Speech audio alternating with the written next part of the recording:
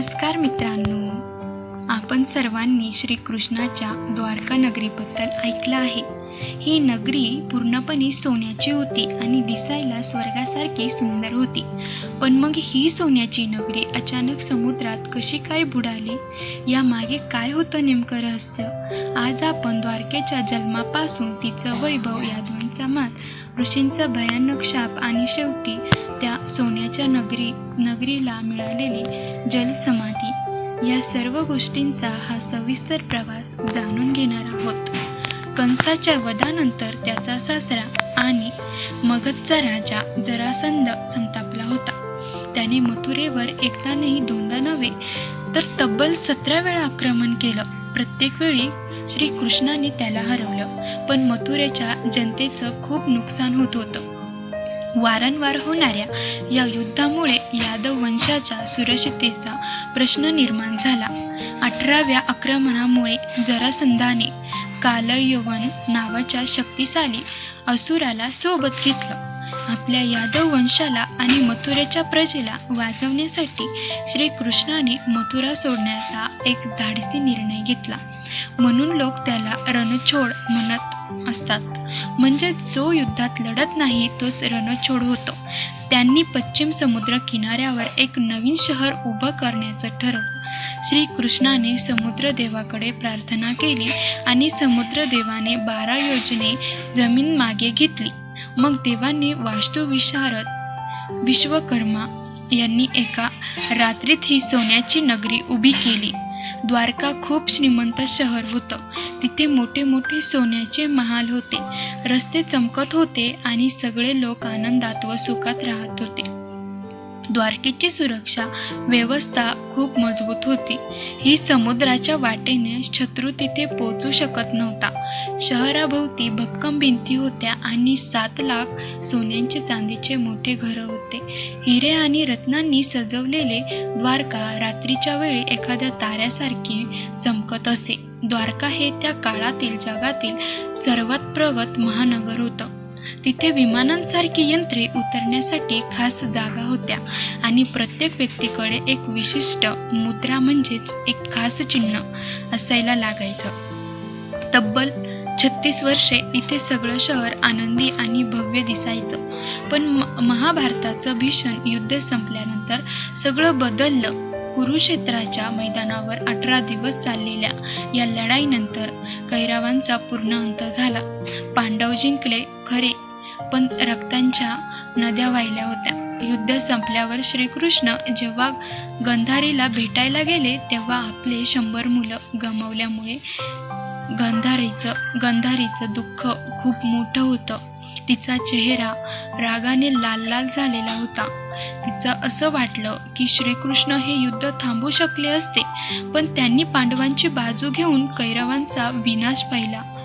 डोळ्यांवरची पट्टी बांधलेल्या गंधारीने रागाच्या भरात श्रीकृष्णाला समोर उभे केले आणि शाप दिला. जसा माझ्या पुत्रांचा नाश झाला तसाच तुझ्या यादव लोकांचाही होईल.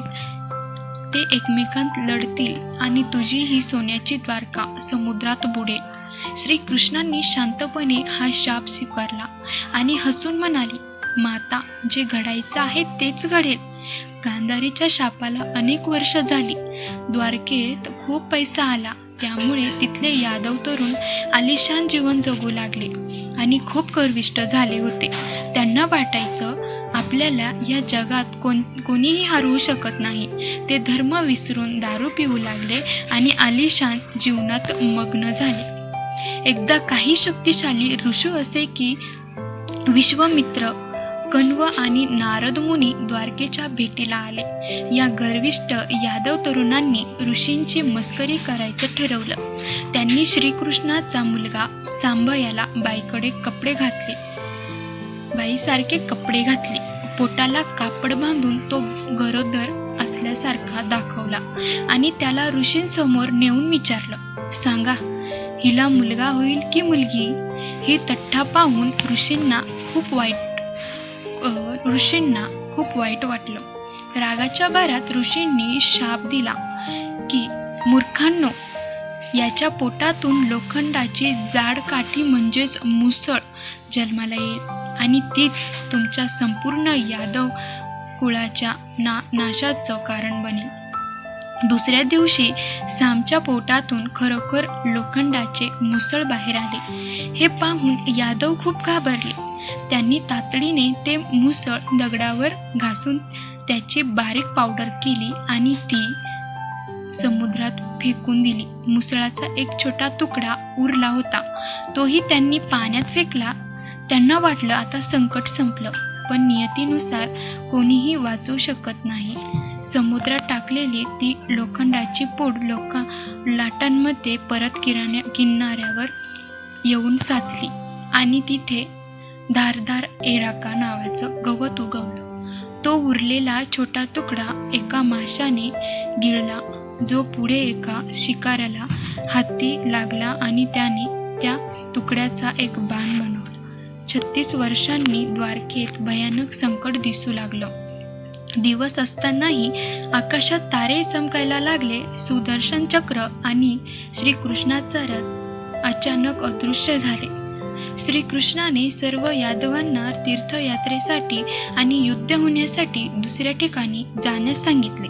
तिथे यादवांनी खूप दारू पिऊ लागली आणि यांच्यात एका छोट्या कारणावरून वाद सुरू झाला.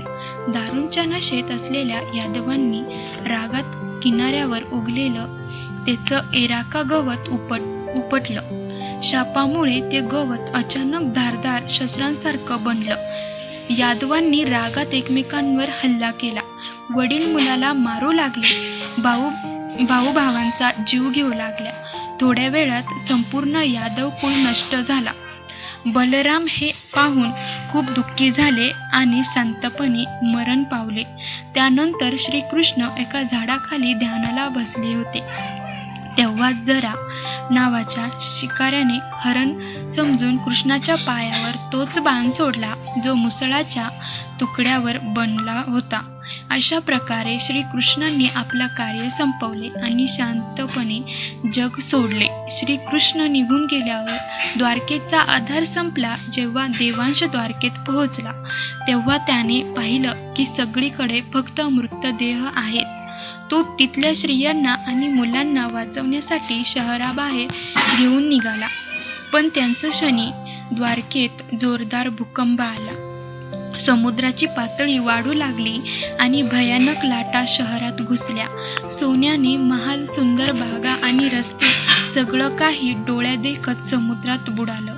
मित्रांनो, ही फक्त कथा नाही. 1980च्या शतकात डॉक्टर HR राव यांनी त्यांना टीममध्ये गुजरातच्या समुद्रात खोल संशोधन केलं. तिथे त्यांना मानवनिर्मित भिंती, दगडी खांब, जुने नांगर आणि काही ओळखण्याचे चिन्ह सापडले, जे ख्रिस्तपूर्व 1500 ते 1500-300 वर्षांपूर्वी आहेत.